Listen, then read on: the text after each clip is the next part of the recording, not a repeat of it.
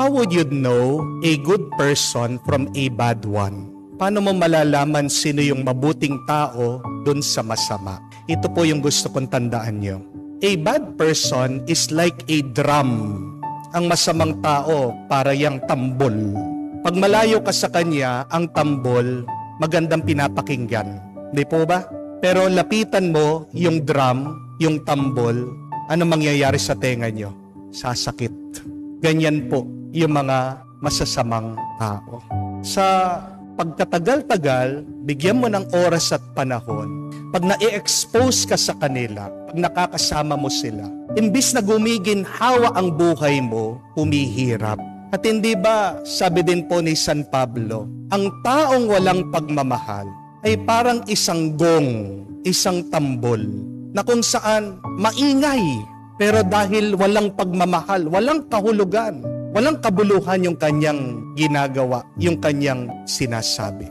That is a signal, that is a sign that a person is bad. Pag wala siyang binibigay na kapayapaan sa iyo. But a good person is like a candle. Ang mabuting tao, parang isang kandila, isang liwanag. Pag nakalayo ka sa kanya, nakikita mo na maganda. Lalo pa pag nilapitan mo siya, lalo na pag nanatili ka sa kanya. Ano ang binibigay ng kandila sa atin? Kapayapaan, tuwa. Diba? Pag nag-brown out, yung kandila lang ang iyong inaasahan na magbigay sa iyo ng kaliwanagan. Yan ang epekto ng mabuting tao sa atin. Ginagawang mas payapa ang ating mga damdamin. Nagbibigay ng tuwa at ng galak sa atin. Silang nagsisilbing gabay para hindi tayo mawala. Malaking tulong sa atin ang mga mabubuting tao. Whenever you meet good people, do not let them go and do not drive them away from you. Kung mabuti ang tao, naway ingatan mo sila. Naway mahalin mo sila. Kung mabuti ang tao, pasalamatan mo. Huwag mo silang sasaktan. Huwag mo silang itataboy. Huwag kang gagawa ng masama sa kanila. Di ba, yan din ang paalaala ng ating Panginoon. Sa kanyang mga alagad, sila po ay pinadala sa mga bahay-bahay, sa mga bayan. Kung hindi man sila tanggapin, dapat umalis sila. Pero malaking pagkakamali. Pinapadala ng Panginoon ang kanyang mga alagad, ang kanyang mga apostoles. Sila'y mga liwanag. Ano ang binibigay? Ano ang kanilang misyon? Pagpapagaling ng mga may sakit, pag-aalis ng mga demonyo, mga masasamang espiritu, pagpapahayag ng salita ng Diyos, ang salita ng Diyos na nagsisilbi bilang buhay natin. Ang laking tulong na nila. Pero bakit merong tao na hindi sila matanggap-tanggap sa kanilang mga bahay at tahanan? Dahil mahirap silang kumilatis kung sino ba ang mabuti at masamang tao. My dear friends, open your eyes, open your hearts. See who is truly good and bad in your life. Yung mga masasama, obviously dapat iwasan natin. Pagkatapos mong iniwasan, pagdasal mo sila. Pero sana naman kung mabuti ang tao sa buhay mo, ingatan mo, mahalin mo. Yan ang isang nakakalungkot na katotohanan na ginagawa natin sa buhay natin. Di po ba? Kung sino pa yung mga mabubuti, sila pa yung mga pinapahirapan natin, sila pa yung mga sinasaktan natin. Pinapahiram ka na nga ng pera. Anong ginagawa mo? Niiwasan mo.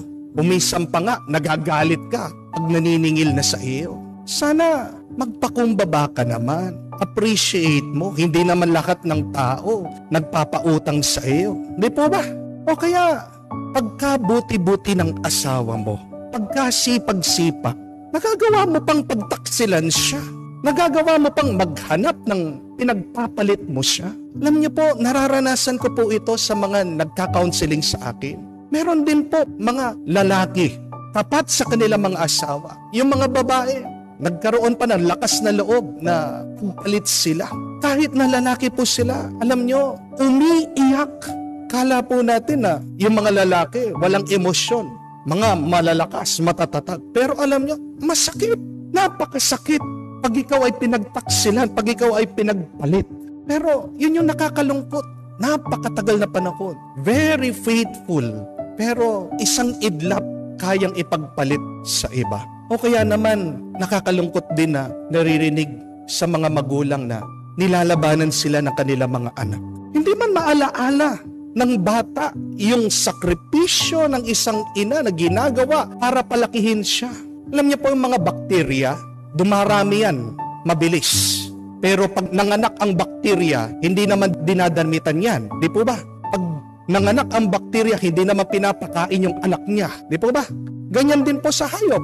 Pag nanganak ang aso o ang pusa, maaaring yan po ay iingatan pa ng ina. Pero pagkatapos ng ilang panahon, makikita mo, pinapabayaan na, nakakalat sa daan. Tayo lang po mga tao, have you realized this na hanggang 7 years old, hanggang pagtanda mo, teenager ka, nasa poder ka ng iyong mga magulang. Kahit nasabihin mo, pagtanda mo, meron ka ng sariling trabaho. Pag ikaw ay nangangailangan, pag ikaw ay namomroblema, sinong tinatakbuhan mo? Hindi bang iyong mga magulang? Hindi naman po natin kayang mag-survive na mag-isa nung tayo ay pinanganak. Di naman natin kayang damitan ang ating mga sarili, di naman natin kaya pakainin ang ating mga sarili nung tayo mga maliliit pa.